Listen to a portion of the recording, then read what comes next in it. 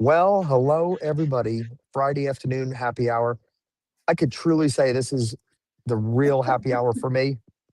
Yeah. I am sitting at Tampa Bay Downs on the apron, waiting for the sixth race to go off. Beautiful sunny day, drinking my beer. This is happy Looks hour to an extreme. Fred, you are bracing up northeast for a real monster blizzard storm. coming. Monster. Yes. So I'm down here, look at my sky, look at. Yeah. And Fred, Yeah, thanks, you know, John. Yeah, you look like. yeah, I Why know. don't you put a little, John? Why don't you put a little SPF on? You look like you might be getting a little red. I am getting red, probably from drinking. I just dropped my PPs. Hang on. Oh boy. So, my name is John Kostin, and I got my partner here, Fred York. Um, Look at this. I can't even pick up the paper. All right. We got Take us your time. here for, I know. The sun get must be situated. getting to you. That's not a problem Yeah. here.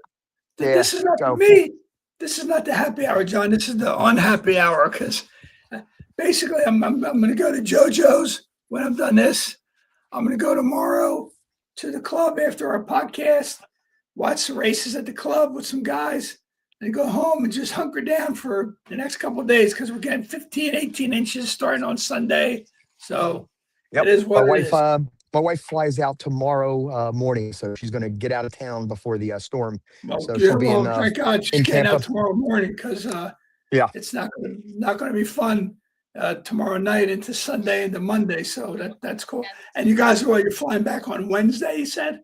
Wednesday night, hopefully everything's cleared up by then. And I could just imagine our car in a parking lot covered with snow. And I told her, make sure you pack shovels in the car because we're going to have to dig our way out. Oh, you will. You will be digging. I'll see maybe I can get your neighbors at HPTS. Maybe they can help you out a little bit. I'll see what I can do for you. But we're going to be at the, airport. So we're going to dig our way out of the airport. Okay. Oh, I see. Okay. Yes. Hey, did you watch the Eclipse Awards last night? Pretty cool. No, I saw some clips and all, and Derek Ryan and Bookham Dano winning the sprinter. We were really cheering for that because, we're friends with Derek, and, we were just really cheering for that outfit to, win it, and they did. So that was good to see that, and we were hoping to see Derek Ryan here today, but his horse didn't get in off the also eligible list. So we just wanted to congratulate him in person. But very nice to see Bookham Dano get the Jersey bred, rewarded for what he did. Yeah, absolutely. That was awesome. That was fantastic. My favorite award was the Apprentice Jockey of the Year, Pietro Moran, aka Babyface. He won it. I did not see that result, but he beat Hazelwood and Elliott. Yes. Yeah. Wow. I thought he was like the longest shot out of the three. I thought he was wow. Apparently, I don't know how he became the number one, but he did. And he did it. So there you go. Keep my eye on him. I think he's a good jockey. I think we talked about him on our podcast when we were talking about the Breeders' Cup. You did. You mentioned him a couple times. That was your guy. Yeah, because Babyface. I just love his nickname, Babyface. Anyway, so hey, we're going to talk today about the final race that will be tomorrow. The end of all pick 4, pick 5, the Rainbow pick 6, which is a mandatory payout tomorrow. We thought it was going to be Sunday, John, but it's tomorrow, and they're thinking it's going to be about $4 million in the pot, right? Yeah, the late pick 5 is going to be like 1.7 million. They're average, guessing the 4 million on the Rainbow pick 6. Every wager is going to be like through the roof. So the late card, and then also if you're playing the early part of it, the third race is a great pick 5 wager, which I don't think I'm going to be prepared for. But the third race is a pick 5. They do not allow the CAWs. It's just for retail customers only. So it's a 15% takeout, no CAWs involved. So if you're a horse player, you want to get involved in that low takeout pick 5 starting in race 3. But we're going to cover the late, pick 6. Or tomorrow we'll cover the late Rainbow pick 6. The last 6 races tomorrow at 12:30. But today we're going to just break down the big race, what the day is named for. It's the Pegasus Day at Gulfstream. The purse, started out at 10 million. Now it's down to 3 million. And here we are. It is what it is. And Gulfstream is, on its way out. Yeah, well, I guess with this, with what the decoupling or all that stuff going on, is that part of the problem?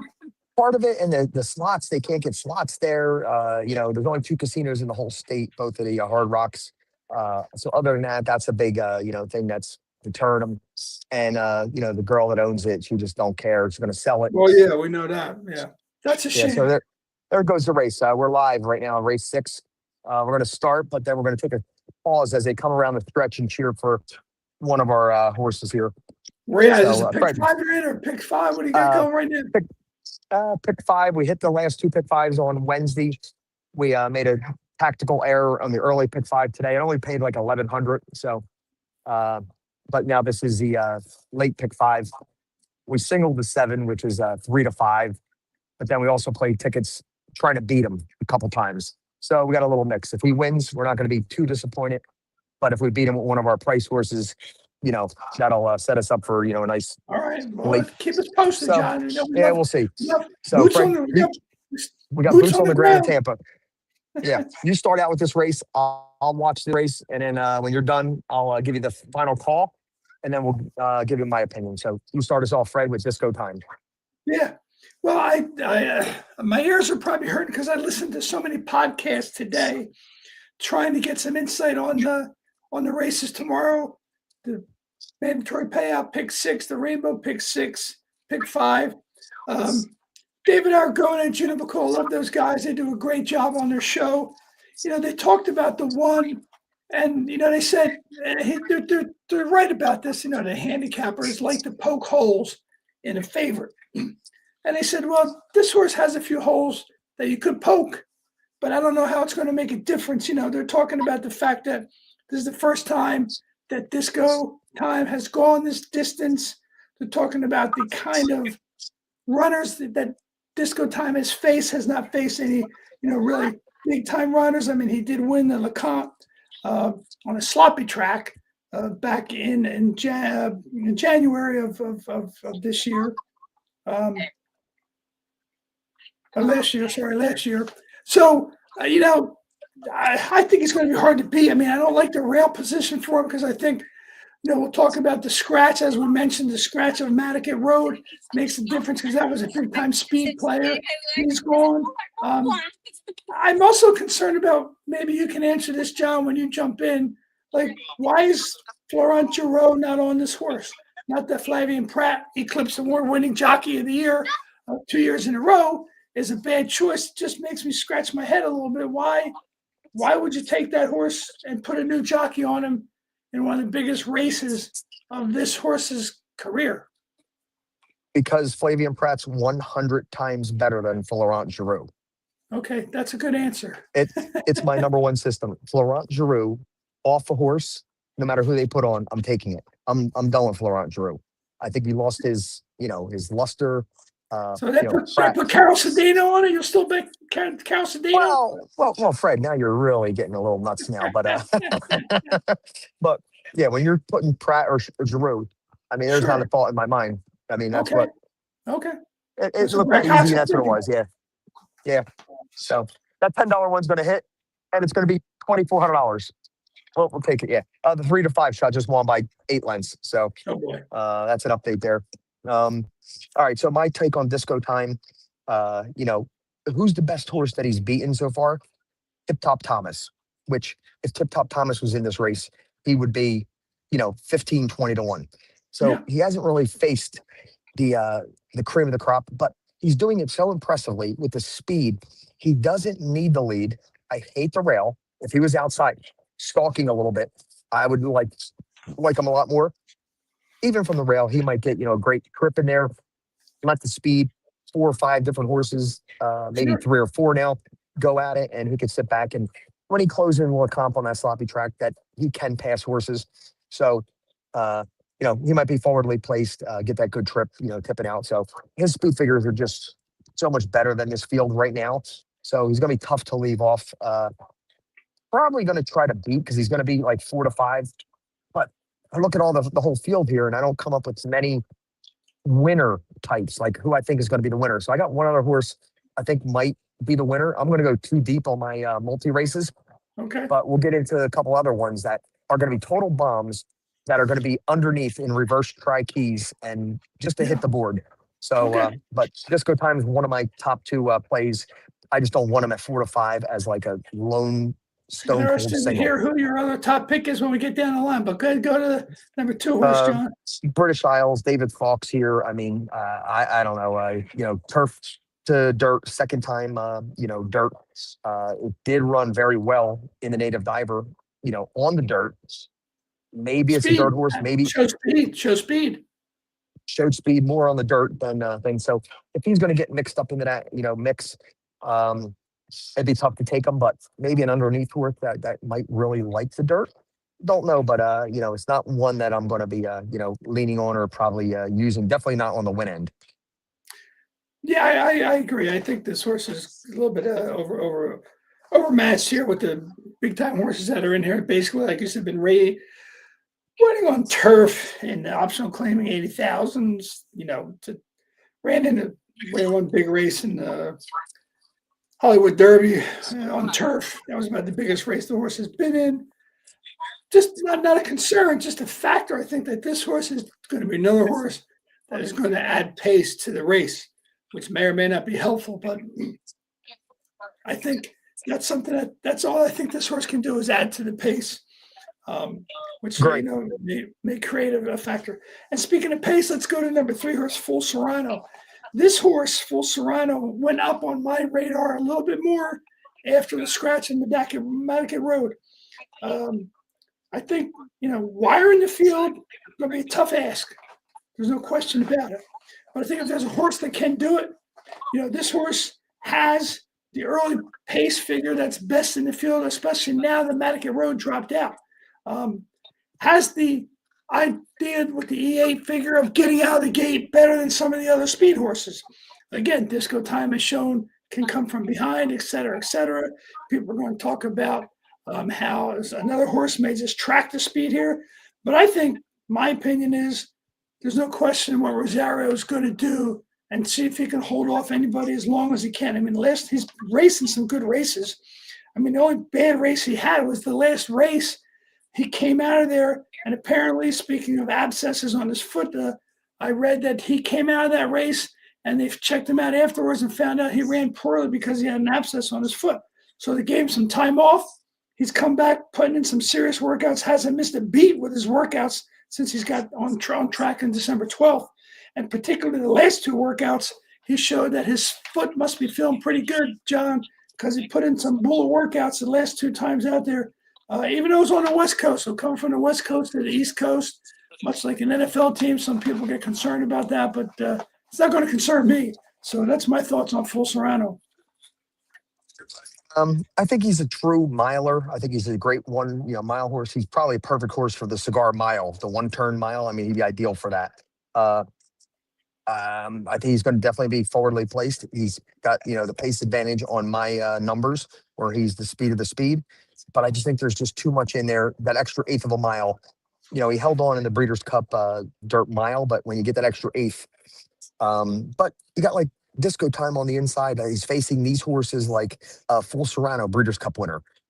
White Barrio, he's going to look to his left, look to his right. He's going to see White Barrio, a Whitney winner, a Breeders' Cup winner, a Pegasus winner.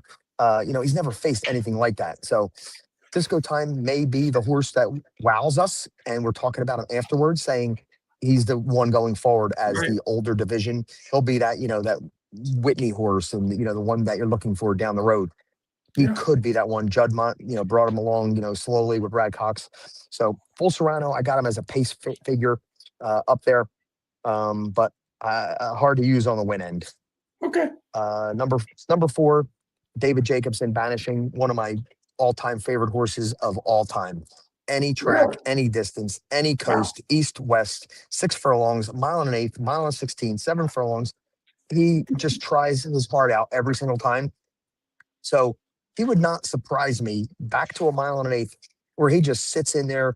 I used him in the Breeders' Cup sprint a lot for Tornado. He was my second pick in there at 20-1. He just never fired, and it wasn't that good.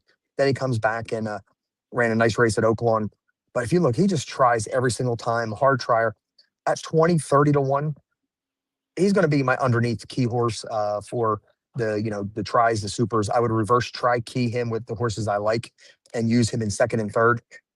And the craziest of scenarios, if they, mix it up on the front end and the one doesn't fire, he would not surprise me come rolling down the lane at, 29-1 and, winds up rolling by. So he's going to be a good under horse for me, but I'm going to have a few tickets with him on top for sure. Banishing is, just such a cool horse. I agree. He puts his pants on every time he's asked to run. This is his 13th race this year, John. So this horse is Don't happen anymore. He's a trooper, and like you said, he gives it his all every single time out.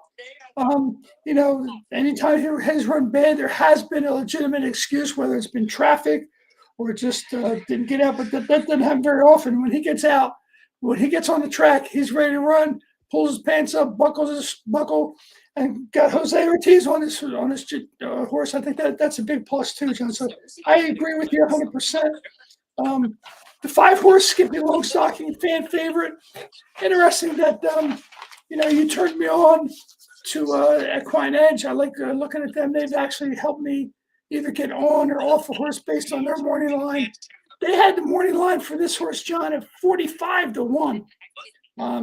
His morning line, according to the PPs from Dealer Racing Form, is 15-1.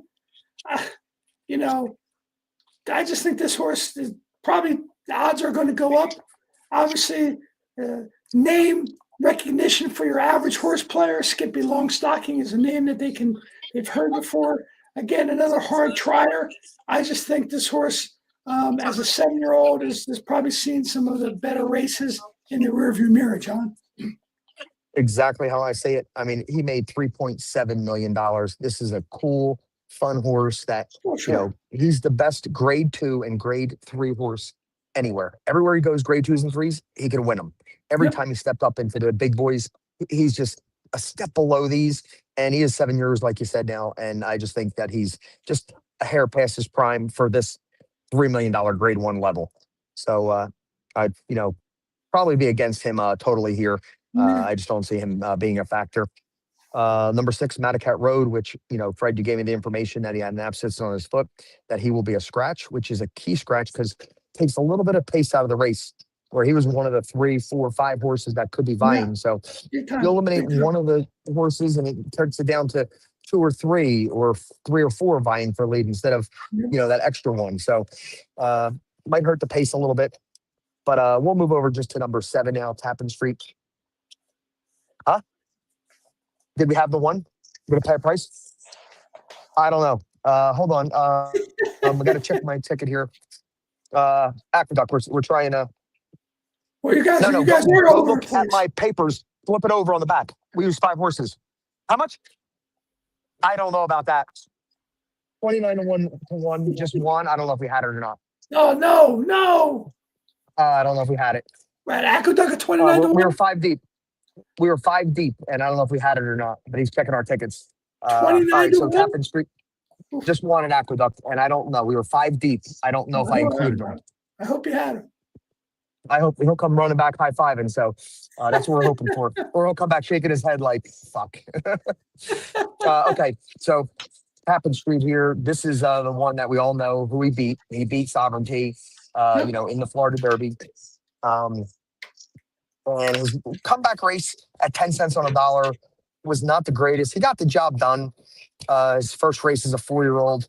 Speed figures are a little bit slower, but he's got the running style that can actually be the best in this race. He could sit the trip, and we know he can close. So a 1 1/8 should not be a problem. He did win the Florida Derby, beating Sovereignty there. So he probably, with the setup of the race and the odds he's going to be compared to the one, 6 times the odds of the one, he'd be my top pick. It's Windstar Farms, Brad Cox's other horse.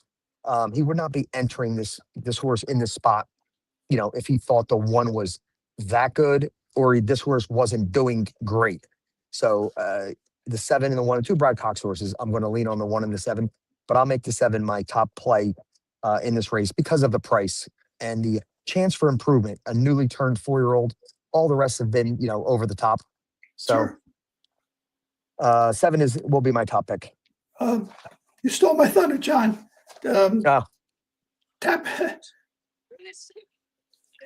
Tappan Street is definitely my top pick too.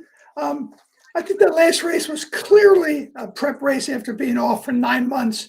Brad Cox put him out there in a race where he would 10 cents to the dollar, won like a champ, won easily, even though he got bumped around a little, but not bad at the start.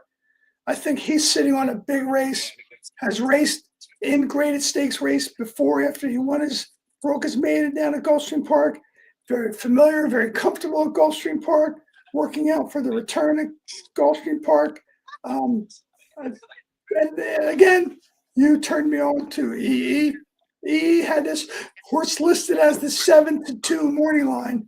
So that always turns me on to a horse a little bit more when I see that, because I think EE provides some good information like that. So this is another horse that, John, I think is going to be on a lot of people's radars, including clearly mine and yours. The next race, or next horse poster, the 8 horse ridden by Junior Alvarado, getting blinkers on. 20-1 morning line, has a little bit of a late kick, certainly has been showing some improvement as he has gone along. Another 4-year-old who could improve. Love any horses out of Money's and Spakestown. That's who this horse is out of. Junior Alvarado getting on for the first time. I think it's a plus. He might have had some different possible options in here, perhaps. 20-1, blinkers on. Probably a good horse to use underneath, John, in your terms of underneath horses. Actually, after I studied a little bit more this morning, I upgraded him to, my third pick here. That definitely a good under horse. Since the blinkers went on, as you mentioned, look at the 3 workouts, 3 bullets since the blinkers went on. I'm sure he's working out with blinkers in the morning. He's a late developing 4-year-old. He's got room for improvement. Whereas Skippy Longstockings, as we talked, he's, a 7-year-old now. This one dueled him nose to nose, and Skippy dug in like never, just awesome. So give him the win, Skippy. But this one, who I actually took against Skippy last time, just couldn't get by. So definitely my third pick here, and an under horse, for sure. But I'd give him a little bit of a look. It's a Godolphin, Owen Hardy, and all his 3 dirt races, were pretty darn good on the dirt. So you take out the turf race, you take out the synthetic, all his races in his life. I mean, he's 6 out of 7 in the money, 400,000. So definitely an up and comer that could, outrun his odds. And I hope I get the 20-1, and I would put him on some tickets, on the top end. But like you said, underneath for sure, somebody that's going to pick up pieces that doesn't need the lead and be part of that pace. So Captain Cook, one of the ones that I think is just a little cheaper than this, even though he did run unbelievable 7 furlongs in the Alan Jerkins when Patch Adams just nipped him at the wire. That was, a fantastic race. He was the up and comer, the big favorite in the Wood Memorial on the Derby Trail last year, but he's not, this 1 1/8, horse. They turned it back to. That's it. We had the 29-1, pick 5. We had it. That's it. That's it. We did it. All right. So now we got 2 more races to go, and we got 5 by 5 to end it. Yes. Oh, wow. Yes. All right. We got coverage now. Now we need chaos. We had a little chaos. Let's get a lot of chaos. You're going to get a lot of chaos. Nice. Yeah. Okay. So we are at Captain Cook. I just think he's one of the pace factors that, I just can't see him sticking around, especially at a 1 1/8 when he's proven that's not his best distance where he's going to stop. And if you get pace pressure, he's definitely, not going to be around at the end. I really find it hard that, he sticks around, but I need him to be a viable part of this race to cause that, speed on the front end. Well, you got Johnny V getting on him for the first time. No question. Johnny V is going to get him out, and Johnny V is well aware of that as well. Going to put him out to the front, but I just think there's too much other pace pressure involved. And speaking of pace pressure, we can go to the number 10, Manny Franco, on a horse that's got a lot of speed too. Also an E8 in terms of BRISnet. A tough post for a speed horse at this distance. Third off the layoff, has shown speed. Manny Franco knows this horse, rode him last time. Again, rarely runs the best race. Put up 2 triple-digit buyer speed figures. But in both of those races that he was in the last race, he was either in the 1 hole or 2. So I think he had a better chance from those positions to show what he's got. you know, those fields were not, I don't think the quality of the field, even though Bishop's Bay just beat him barely. It was a crazy Mason. He finished in front of that horse. Interesting, previously trained by Brittany Russell. Michael Maker is a train back. So Michael Maker's taken over the training again for this horse who he has trained in the past. That's kind of, I find that a little bit interesting. This horse does scare me a little bit. I just am a little concerned about the post. I think Manny Franco knows this horse. I think with those two triple buyer speed figures, had a workout at Gulfstream Park, hasn't raced at Gulfstream Park before, but the workout the other day on January 17th looked pretty darn solid. So I think this horse has got a chance to get up there, and if he can get going and moving, and perhaps end up being the pace of the pace, he might hold on for a piece, John. Yeah, this horse, the 10 post at Gulfstream, 1.125 miles is just torture. And this horse's running style, he's got to hustle like crazy, and he's going to be on the turn as soon as he breaks out of the gate. So it's really going to be tough. I love the horse. He almost won the Cigar Mile. He was right there. And Bishop's Bay just caught him, which I didn't think he was going to, and I singled Bishop's Bay that day. So this horse really ran his eyeballs out. He's going to be a nice horse. He's a newly turned 4-year-old down the road. I think he's going to be nice, but I just think the post is just so much, and other speed in the race. It's going to be so much for this horse to overcome. It's going to be tough. Down the road, love the horse. I would like to root for him down the road, but not in this spot. Number 11, White Barrio, the champ who won it, before won the Breeders' Cup Classic, made $7.1 million. I just think he's seen his best days from the 11 hole out there. Maybe he could tuck in and be like 4th or 5th, and then, make the move around the turn. But I just, at the low odds, I'm going to totally fade him from the 11 hole. Hope he's just not the same horse. The last 3 races, I mean, he's totally off the board. Just not the same as he was when he got good. So, one of the favorites, I'm going to try to fade him. I'm not sure how I feel about this horse yet. Tough read. It's the hardest read. No, there's no question. You're playing in his sandbox. I mean, he's 8 for 11, 8 for 10 at Gulfstream Park. I mean, 8 for 10. Yes. That's pretty solid. You're playing in his sandbox, so you got to give him a shot. Joseph Safi, put him there. Putting Ortiz back on him for this race. Ortiz has won 5 of the 11 times. He's 5 for 11. He won 5 out of the 10 races that the horse won. I read Ortiz getting on him is a little bit scary. I think this horse has a good combination of early pace and late pace. So I think this horse is going to be up with the front runners, but not in the front. He can be tactical. I think this horse has a chance. I think I'm going to use this horse on my ticket for my pick 6. Not going to leave this horse off and come to the last race in the field and say, oh my God, White Barrio, how did that horse win? I don't want to say that, John. No. So if you're cheering against White Barrio at the end and he could beat you, and you're like kicking yourself, like, this is the champ of all champs who got a little bit off form. Now, if he beats you, oh my God, it's going to be torture. If I have the room to put him in, I might put him in, but yeah. All right, so let's go to 10, Brother Kenny, 30-1.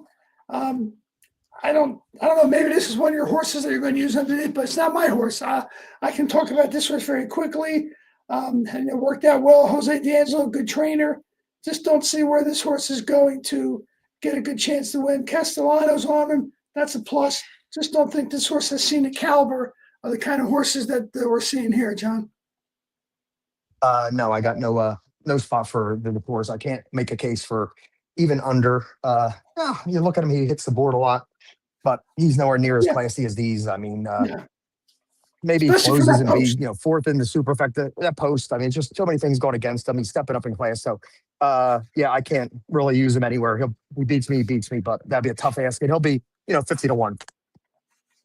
So there you have it. I don't think, maybe neither also eligible does anything for me. I haven't heard either one of those are in yet, but neither one of those are anything, I think, to talk about. You got a 30-1 shot and a 50-1 shot. Both are way, way up in class.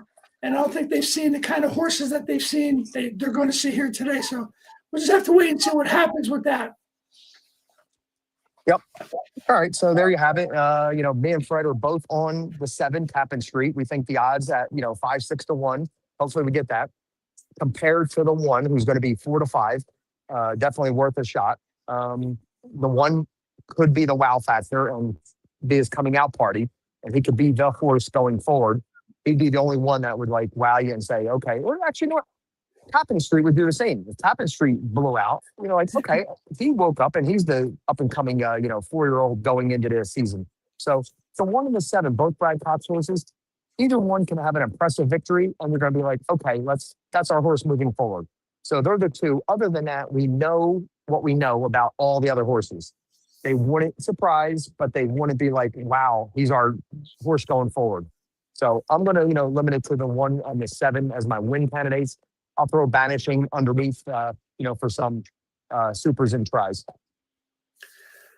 Yeah, my big play tomorrow is going to be I'm going to go deep, heavy into this Rainbow Pick 6. I think in other races, there are definitely some spread races where you can spread. I have 1 horse tomorrow that I'm going to lay everything on the line on. We'll talk about that tomorrow when we get together and we break down the races after the scratches, which I think is always going to be why our show, Let Him Run, has some value, that we try to add to make our podcast a little special. We talk about the races and the horses that we like after the scratches, and that makes a big difference. So just want to take a minute to thank our sponsors. Once again, Case's Pork Roll, Tommy Dolan, our good friend up in Trenton. I'm sure hopefully people went to ShopRite today and got a lot of pork roll to cook over the next couple of days when the snow hits. That might be a good idea.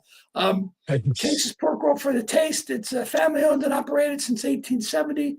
A tremendous company and great pork roll. The Vape Shop on Route 33 in Hamilton, our good friend Alicia Pisa from the Hibernian Club supports a lot of efforts, has a great vape shop there for all your vape needs. So check them out, as well as BRISnet. BRISnet has some handicapping information that you certainly may want to check out on their website. They give you a lot of information, so let's look at that as well. And until we see you again, John, we'll see you tomorrow at 12:30 for our show. We will have a good discussion of the late pick 6 at Gulfstream Park. So, John, any final words before you cash out? What's up, Wadey? Final words? What's up, Wadey? We got Wadey here. We're getting beer. It's happy hour, and yeah, sure. we're celebrating our $61 winner. Yeah, well, I'm getting my snow shovel out. Yeah, he's getting a snow shovel out, and we're in shorts. Yeah. All right, man. Good show today. And guys, good luck in your pick 5, John. And Wadey, good luck in your pick 5. Remember, bet smart, cheer hard. Fast horses equal serious fun. And until we meet again, just make sure you let it run. I hope they run for you, John and Wadey. Good luck, bye, guys. Let's finish the day, baby. See ya. Good luck.